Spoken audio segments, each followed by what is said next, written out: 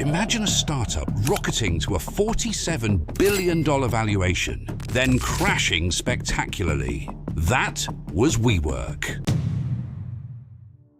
At its peak, WeWork was the most valuable startup in America, with investors like SoftBank and JP Morgan pouring in billions. Its glossy co-working offices and young, cult-like CEO made headlines across the world.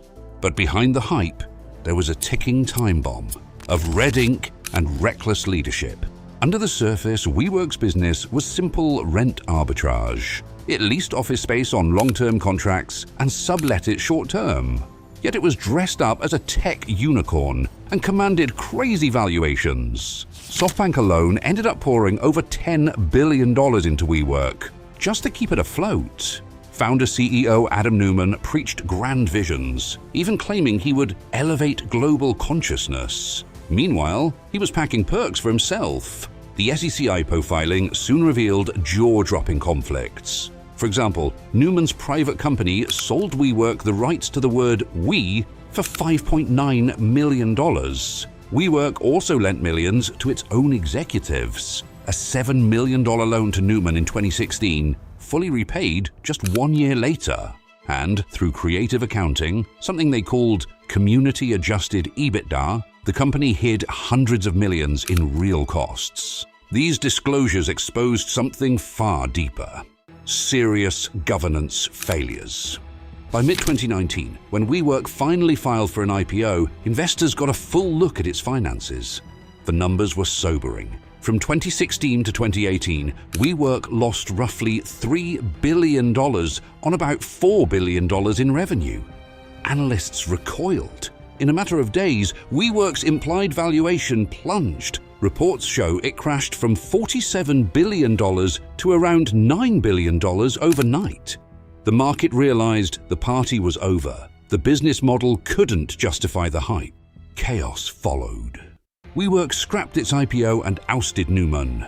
SoftBank moved in as savior, agreeing to invest another $10+ billion for control, eventually owning approximately 80% of the company. Still, the company was bleeding cash. In the restructuring, SoftBank even paid Neumann over $1.5 billion to step aside. Despite these moves, WeWork never turned a profit. The pink elephant in the room remained: an unsustainable business hidden under charismatic marketing. In the years that followed, WeWork limped on. It went public via a SPAC in 2021, but losses mounted and demand for office space dropped, especially after the pandemic. By late 2023, the bubble had truly burst. WeWork filed for Chapter 11 bankruptcy, shedding huge lease obligations in the process. Its debt was slashed by approximately $4 billion, and the revamped company emerged worth only about $750 million, a far cry from its $47 billion heyday. SoftBank survives as a minority stakeholder, but the dream was over. The WeWork saga is a modern Icarus tale. A founder cult leader, lavish spending, and frenzied funding sent WeWork soaring, until reality melted the wings.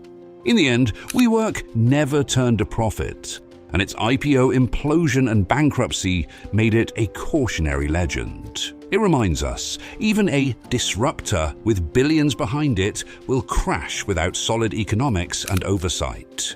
The $47 billion myth of WeWork is now studied as a classic lesson in startup hubris and madness.